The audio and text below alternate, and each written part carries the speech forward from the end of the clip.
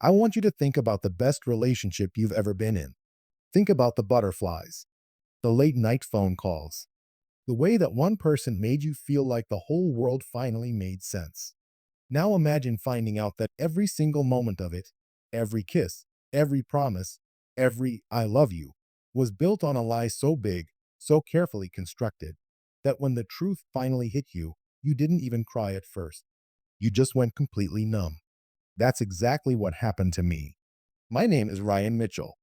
I'm 31 years old. I work as a project manager for a construction firm in Austin, Texas. I coach youth baseball on weekends. I drive a pickup truck. And up until about 14 months ago, I genuinely believed I had found the woman I was going to marry. Her name was Sophia, and she was, without any question, the most magnetic person I had ever met in my life. I need you to understand something before we go any further. I am not a gullible guy. I grew up in a small town in Tennessee where people were straight with each other. My dad always said, Ryan, read people like you read weather, before the storm hits, not after. I took that seriously. I wasn't the kind of man who wore his heart on his sleeve or fell fast for a pretty face. I was careful. I was measured. I asked questions. And Sophia still played me like I was a complete amateur. We met at a rooftop bar in downtown Austin about 2.5 years ago. My buddy Marcus had dragged me out after I'd spent 3 straight weekends working overtime. I almost didn't go.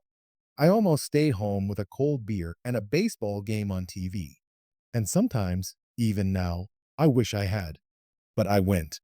And that's where I saw her. Sophia was standing near the railing, looking out over the city skyline, her dark hair moving slightly in the warm Texas breeze. She wasn't doing anything dramatic. She wasn't trying to be noticed. She was just there, still, calm, like she existed on a slightly different frequency than everyone else at that loud, crowded bar. I walked over. I don't even fully remember deciding to. My feet just moved. We talked for over 2 hours that night. She told me she was a physical therapist. She said she'd relocated to Austin from Charlotte, North Carolina, about 8 months earlier for a career opportunity at a sports medicine clinic. She loved college football. She was a Clemson girl, hated the Texas heat but loved the food, and had a golden retriever named Biscuit, who she described as the only male in her life worth trusting. I laughed harder than I had in months. By the time Marcus came to find me and told me they were all heading somewhere else, I had Sophia's number saved in my phone and a smile on my face that I couldn't seem to turn off. Our first date was 4 days later. Dinner at a barbecue place she'd been wanting to try. Then a walk along the river. Then 2 more hours just sitting on a park bench talking, neither of us wanting the night to end. By the third date, I knew something was different.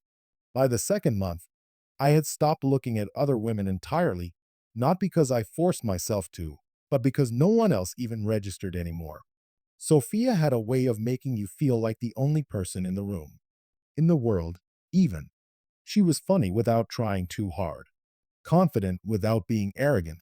She'd push back on my opinions and make me actually think, but she'd do it with this little half smile that made it impossible to be annoyed. She remembered small details, my coffee order, the name of my college roommate I'd mentioned once in passing, the anniversary of my dad's passing. She made me feel deeply, genuinely known. And that feeling of being truly known by another person, that's the most dangerous drug in the world. Because once you're hooked on it, you'll explain away almost anything to keep it. And I did explain things away, more than I should have. There were inconsistencies, small ones at first. She was protective of her phone, not dramatically, not obviously, but in that quiet, deliberate way that you only notice if you're really paying attention. She kept her location services off and had a casual excuse ready when I once jokingly asked why. She never left her phone charging in the bedroom at night. It always stayed in her purse or on the kitchen counter. Then there were the trips. Once a month, sometimes every 5 or 6 weeks, Sophia would drive up to visit her family in Dallas. Her parents were there, she said. She was close with her mother especially, and her mom had some health issues that made the visits important. She always drove alone, never flew. and she was always back by Sunday evening, tired, a little quiet, but otherwise perfectly normal. I offered to come with her 3 different times over the course of our relationship. 3 times. Each time, she had a soft, reasonable explanation for why it wasn't the right moment. Her mom wasn't feeling well enough for company. It was going to be a stressful family visit, and she didn't want to put me through that. Soon, Ryan. I'll introduce you soon. I promise. I believed her every single time. Because when a woman looks you in the eyes with that kind of warmth and says, I promise, you believe her. That was my mistake. It was a random Wednesday evening in February. Sophia was in the shower. Her laptop was open on the kitchen counter, and she'd asked me, just before stepping in, if I could look up the address of a restaurant she'd made reservations at for the following weekend. I sat down, moved the mouse to wake the screen, and what I saw in that open browser tab made my entire body go cold. It wasn't a restaurant website. It was a wedding registry with Sophia's full name on it, and the groom's name wasn't mine. I want you to understand what it feels like when your brain refuses to process what your eyes are clearly seeing. It's not like in the movies. There's no dramatic gasp, no slow motion, no swell of music that tells you something important just happened. It's quieter than that. Much, much quieter. It's like the volume of the entire world gets turned all the way down, and you're just sitting there, staring at a screen, blinking, waiting for reality to correct itself. I blinked. The page was still there. A wedding registry. On the Knot. One of those clean, cheerful websites with soft colors and romantic fonts. The kind of website that's supposed to represent the happiest chapter of someone's life. And right there, at the very top, in elegant script lettering, Sophia Danielle Carver and Marcus William Hayes. I read it 3 times. Then a fourth. Then I scrolled down slowly, almost robotically, like I was defusing a bomb, and one wrong move would blow everything up. There were photos, a small gallery of engagement photos on the left side of the page. Sophia, my Sophia, in a white sundress, laughing, her head tilted back, her hand resting on the chest of a tall, broad-shouldered man with a close-cut beard and an easy smile. She looked happy, genuinely, radiantly happy, the same way she looked when she was with me. I don't know how long I sat there before I heard the shower turn off. Could have been 2 minutes. Could have been 10. Time had stopped functioning in any normal way. I heard the bathroom door open. I heard her padding down the hallway. And somehow, I closed the laptop. I stood up. I walked to the refrigerator, opened it, and pretended to look for something inside it. Did you find the restaurant address? She called from the bedroom. Still looking, I said, and my voice came out completely steady. I still don't fully understand how. She came into the kitchen a few minutes later in her robe, towel around her hair, smelling like that vanilla shampoo I had always loved. She looked at me and smiled, that familiar, warm, easy smile, and said, You okay? You look a little pale. Long day, I said. Work stuff. She nodded, kissed me on the cheek, and started making tea like it was just another normal evening in our normal life together. I watched her move around the kitchen and I thought, Who are you? I didn't confront her that night. I know some people will hear that and think I was a coward, but I wasn't being a coward. I was being strategic, even if I didn't fully realize it yet.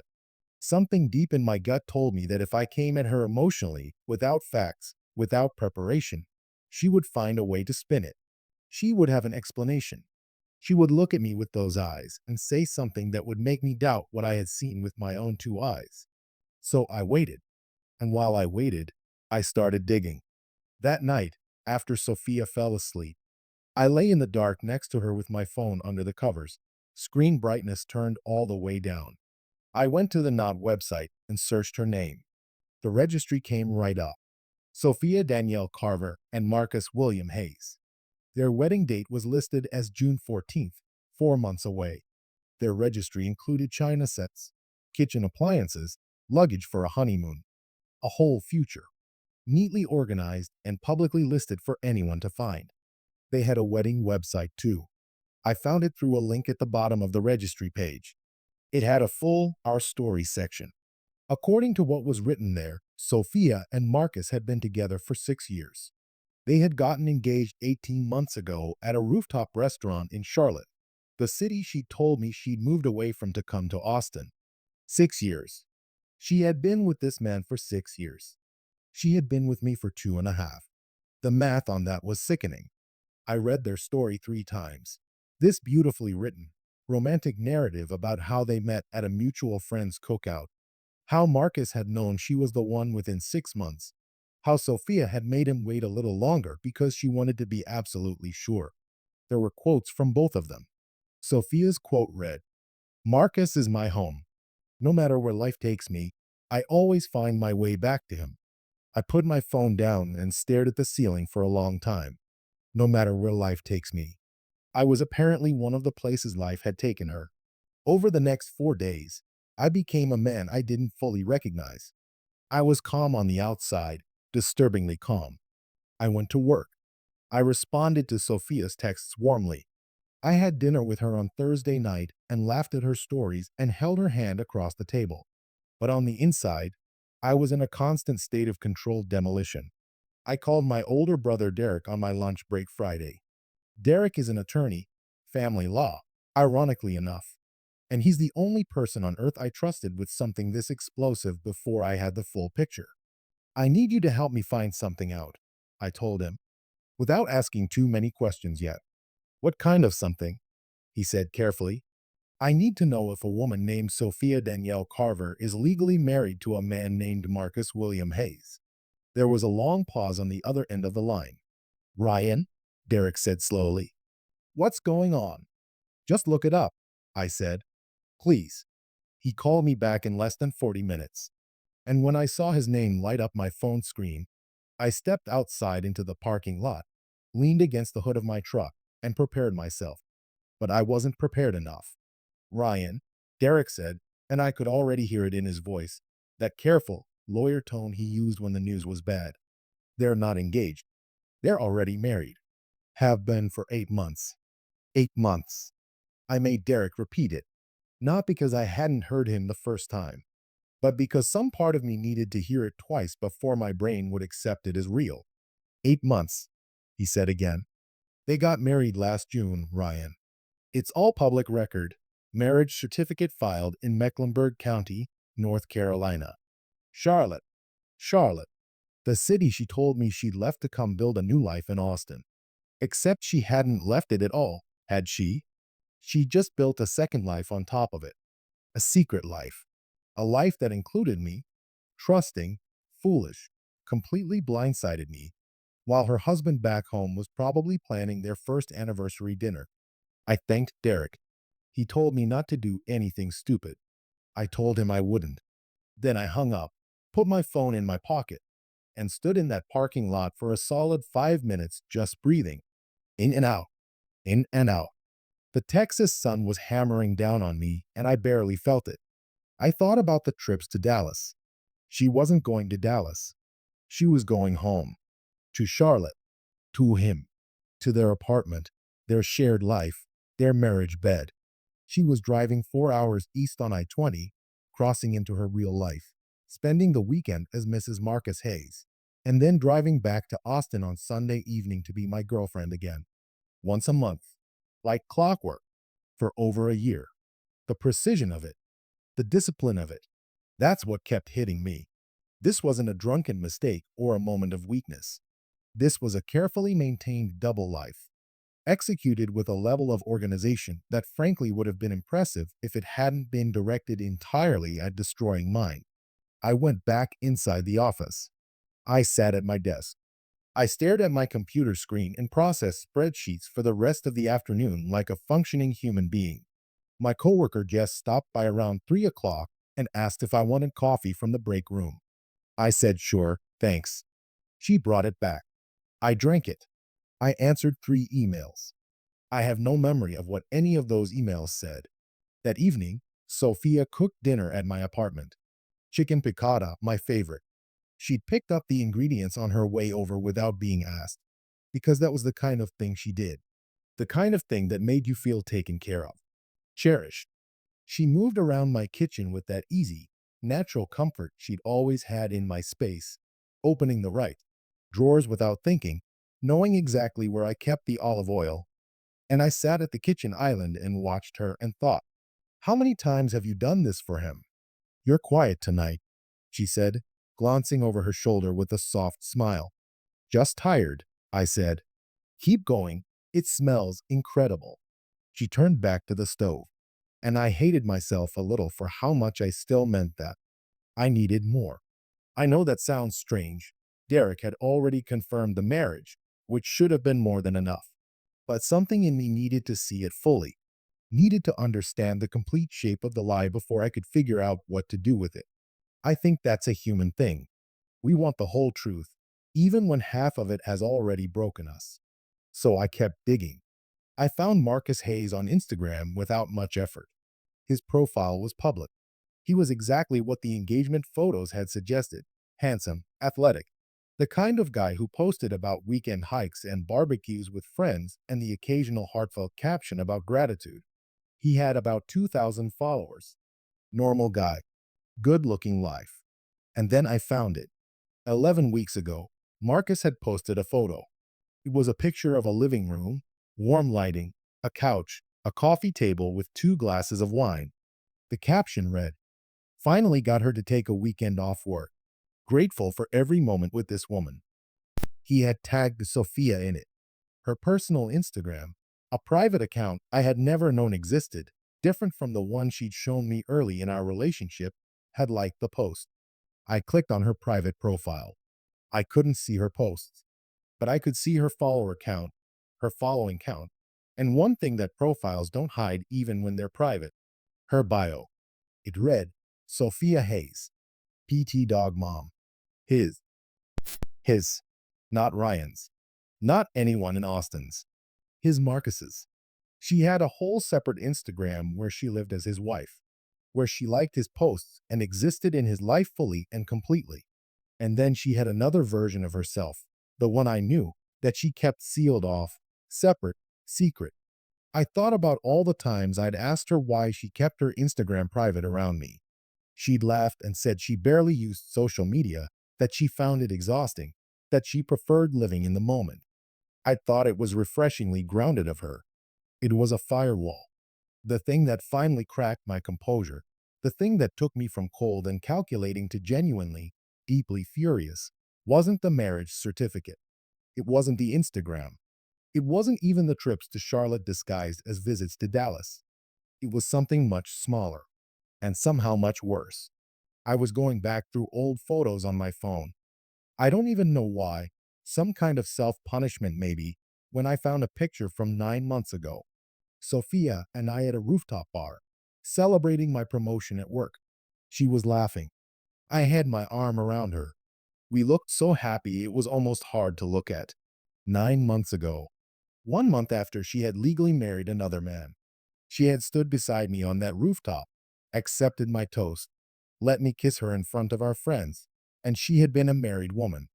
She had already stood at an altar, already said I do, already signed her name on a marriage certificate. And then she had come back to Austin and kept dating me like none of it had happened. I put my phone down and made a decision. I wasn't going to confront her with anger. I wasn't going to cry or beg for an explanation. I was going to do something much more deliberate. And the first step was making a phone call to a man named Marcus Hayes. I want to tell you about the 2 days before I made that phone call, because it wasn't impulsive. It wasn't emotional. I sat with the decision for 48 hours, turning it over in my mind like a stone I kept finding new edges on. I thought about what calling Marcus would do to him, to Sophia, to me. I thought about whether I owed him the truth, whether I owed her the chance to explain first, whether I owed myself the satisfaction of watching the whole carefully constructed house of cards come down at once. In the end, it wasn't really about what I owed anyone. It was about the fact that somewhere out there, a man was living inside a lie just as completely as I was, except he didn't even know the lie existed. He was posting Instagram photos about being grateful for his wife. He was probably saving up for anniversary trips and talking to his buddies about what a lucky man he was. He was living in a reality that Sophia had designed for him, just like she designed one for me. and he deserved to know the truth, plain and simple. So on a quiet Thursday evening, I sat in my truck in my apartment parking lot, looked up the number I tracked down through Derek, who had strongly advised me, in his lawyer voice, to think carefully before doing anything irreversible, and I called Marcus Hayes. It rang 4 times. I was almost ready to hang up. Then he answered. Hello? His voice was easy, relaxed. A man with nothing on his mind. I had rehearsed this moment probably 50 times. I had full sentences prepared, logical and clear. But when I actually heard his voice, this real, living, unsuspecting man, every prepared word evaporated. So I just said it straight. Marcus, my name is Ryan Mitchell. I live in Austin, Texas. And I've been in a relationship with your wife for the past 2.5 years. Silence. Not a short silence.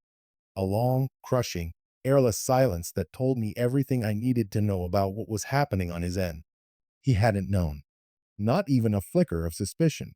I was a grenade that had just been dropped into the middle of his Thursday evening. I'm sorry, he finally said, very quietly. What did you just say? I said it again, slower this time. And then I told him everything. I talked for almost 20 minutes. Marcus barely interrupted. I heard him breathing, sometimes sharp and quick, sometimes slow and deliberate, like a man physically trying to hold himself together. I told him how we met, how long we'd been together, about the trips she took that she told me were to Dallas to see family. When I told him that part, he made a sound, not quite a word, somewhere between a laugh and something much more broken. She told me those weekends were work conferences, he said. She's been doing a clinical outreach program. At least that's what she said. Work conferences, Dallas family visits. Two different lies running in perfect parallel for over a year. There was another long pause. Then Marcus said, very carefully, how do I know you're telling the truth? It was a fair question. I respected him for asking it. I told him I'd send him screenshots, the texts between Sophia and me, photos of us together, dates and locations that he could cross-reference with whatever he remembered about where Sophia had supposedly been on those weekends. He gave me his email address. I sent everything within the hour. He didn't respond that night. The next morning, my phone rang at 7:14 a.m. I was already awake. I hadn't slept much. I checked everything, Marcus said. His voice was different now. The shock had settled into something harder, something colder. It's real. All of it. I know, I said. Did you know she was married when you started seeing her? No, I said. I had no idea. I found out 8 days ago. Another pause. Then, what are you going to do? And that was the question, wasn't it? What was I going to do? I had spent 8 days gathering information, confirming facts, building a complete picture of exactly how thoroughly I had been deceived. I had been calm and methodical and strategic. But strategy only takes you so far. At some point, you have to actually walk into the room and have the conversation. I'm going to confront her tonight, I told him. I think you deserve to be part of that however you want to handle it. But I'm not waiting anymore. Marcus was quiet for a moment. Then he said something I hadn't expected. Don't tell her we talked. Not yet. I need a day. I need two. He stopped. Started again. I need to figure out what I'm going to do on my end first. Can you give me until tomorrow? I said yes. That evening, Sophia came over like it was any other night. She brought takeout from a Thai place we both loved. She kicked off her shoes at the door, curled up on my couch, and immediately started telling me about a difficult patient she'd had that day, a high school athlete recovering from a torn ACL who kept pushing himself too hard. I sat across from her and I listened. I nodded in the right places. I even said, poor kid, at some point, like a man with absolutely nothing on his mind. Inside, I was memorizing her. The way she tucked her feet under herself when she sat. The way she talked with her hands when she was passionate about something. The way she looked at me sometimes, directly, warmly, like I was someone she genuinely cared about. I kept asking myself, was any of it real? Was there a single moment in 2.5 years that was completely, honestly real? I didn't have an answer. And that uncertainty, that unbearable gray area between love and betrayal, was almost worse than the anger.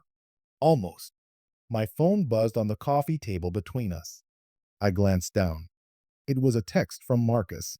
3 words. She just called me. And then, before I could process that, Sophia's phone rang. She glanced at the screen, and for just a fraction of a second, the tiniest fracture of a second, something moved across her face. Not guilt, not panic, recognition. Like a woman who had just realized that two worlds she had kept perfectly separated for 2.5 years had finally, irreversibly, collided. She looked up from her phone and across the coffee table at me, and I watched the exact moment Sophia understood that I already knew everything. Time does a strange thing in moments like that. It doesn't stop. It doesn't slow down. It just becomes incredibly, painfully clear, like someone turned up the sharpness on everything in the room. The takeout containers on the coffee table, the hum of the ceiling fan, the way the lamplight caught the side of Sophia's face as she sat there, phone in her hand, staring at me with an expression I had never seen on her before. Because for the first time in 2.5 years, Sophia didn't know what to say. And somehow, after all the anger and the sleepless nights and the hours of digging through the wreckage of everything I thought was real, that moment of her silence hit me harder than any of it. She set her phone down slowly. Screen down. Old habit. Ryan, she said. Just my name. Nothing after it. How long were you going to keep it going? I asked. My voice was quiet. Steady. I had promised myself I wouldn't yell, wouldn't beg, wouldn't give her the satisfaction of seeing me fall apart. Genuinely, I want to know. Were you going to let me propose to you? Were you going to let me buy a ring and get down on one knee and, what? Turn me down? Or just keep saying soon, Ryan, not yet, Ryan, until I got tired of waiting? She closed her eyes. When she opened them, they were wet. I never wanted to hurt you, she said. I almost laughed. I caught it just in time. That's not an answer, Sophia. She stood up from the couch. Not aggressively, more like she needed to be upright for what was coming. She wrapped her arms around herself and walked a few steps toward the window, then turned back to face me. It started before I met you, she said quietly. Marcus and I, we were in a bad place. We'd been struggling for over a year before I moved to Austin. The move was partly for work, but it was also, I needed space. I needed to breathe. I didn't know if we were going to make it. But you did make it, I said. You got married. His mother got sick. Her voice broke slightly on the word sick. She got diagnosed with stage 3 cancer right around the time Marcus and I were deciding whether to end things. He was devastated. I couldn't leave him in that moment. I couldn't do it. So we worked through it. And one thing led to another, and he proposed, and I said yes, and I told myself I would end things with you first. I told myself I had time. But you didn't end things with me. No, she whispered. I didn't. Because? She looked at me for a long moment, and what she said next was the most honest thing she had ever said to me, and also, in a strange way, the cruelest. Because I didn't want to lose you either. I want to be honest with you about what happened inside me when she said that. Because it would be easy to tell you I felt nothing. That I was so far past caring that her words just bounced off me like rain off a windshield. That would make for a cleaner story. But that's not what happened. What happened is that for about 4 seconds, something in my chest responded to those words the way it always had, with warmth. With that pull toward her that 2.5 years of love doesn't just switch off because you've been handed a reason to hate someone. And then those 4 seconds passed, and the warmth was replaced by something much clearer. You didn't want to lose me, I repeated slowly. So instead you just kept us both, like we were options. Like Marcus and I were two different versions of a life you couldn't choose between. So you just ran both simultaneously and figured you'd sort it out eventually. She didn't deny it. That was its own kind of answer. I need you to leave, I said. She looked startled, like some part of her had expected a longer conversation, a negotiation, maybe even a door left slightly open. Ryan, I need you to take your things and leave my apartment, I said. Tonight, right now. And I need you to understand that there is nothing you can say, not tonight, not ever, that is going to change what you did or what this is. She left 40 minutes later. One bag of things she'd kept at my place, some clothes, her charger, a book off my shelf that was actually hers. She paused at the door and looked back at me one last time. I don't know what she was looking for. Forgiveness, maybe, or just some sign that I was as broken as she'd expected me to be. I wasn't going to give her either one. I held the door open. She walked through it, and I closed it behind her with a quiet, final click that somehow said everything words couldn't. I found out later, through Derek, who had stayed close to the situation, that Marcus filed for divorce within 3 weeks of that night. Sophia had apparently driven to Charlotte the following weekend to try to save her marriage. From what I was told, it didn't go well. Marcus was done. Whatever she'd said to him on that phone call, whatever version of events she'd tried to construct, it hadn't been enough. I never spoke to Marcus again after that one follow-up call we had the week after everything came out. But I thought about him sometimes. This stranger who had been living parallel to me without knowing it. We had both loved the same woman. We had both been fooled by her in different ways. And we had both, ultimately, been left holding the wreckage of something we hadn't broken. I hoped he was okay.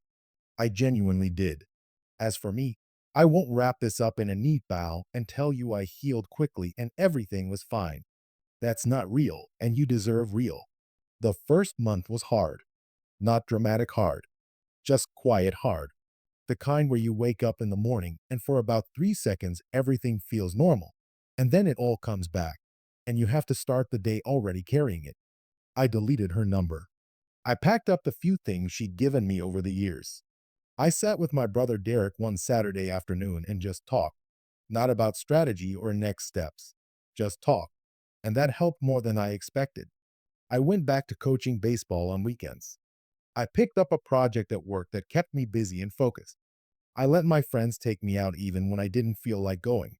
Slowly, not quickly, but slowly, the weight of it began to shift from something crushing to something I could carry. The last thing I want to say is this. People will ask me if I'm angry at Sophia, and the honest answer is yes. I was. I am, sometimes, still. What she did was a profound betrayal of two men who trusted her completely. It was selfish in a way that goes beyond ordinary selfishness. It was calculated, sustained, and deliberate. She made choices, over and over again, every single month for over a year, to maintain that deception. That doesn't happen by accident. But I also made a decision somewhere along the way, not for her sake, but for mine, to not let what she did become the defining story of my life. Because here's the thing about betrayal. It tries to rewrite your past. It tries to make you go back through every memory and mark it as false. And if you let it do that, it steals not just your future, but your history too. I refuse to let her take that from me as well. What we had was real to me, even if it was a performance to her. My feelings were real. My love was real. And no marriage certificate filed in Mecklenburg County, North Carolina, can reach back in time and unmake what I genuinely felt. I'm still here, still standing. A little more careful now, maybe. A little more attentive to the small inconsistencies that I once explained away too easily. But not closed off. Not bitter. Not the kind of man who lets one woman's choices become a sentence he serves for the rest of his life. Because she took enough from me already. She doesn't get to take that too. And if you're sitting somewhere right now, carrying your own version of this story, your own quiet suspicion, your own unexplained distance, your own gut feeling that something isn't adding up, I want you to trust yourself. The truth is always there. Sometimes it's waiting in an open browser tab. Sometimes it's in a 3-word text message. But it's always there. And you always deserve to know it.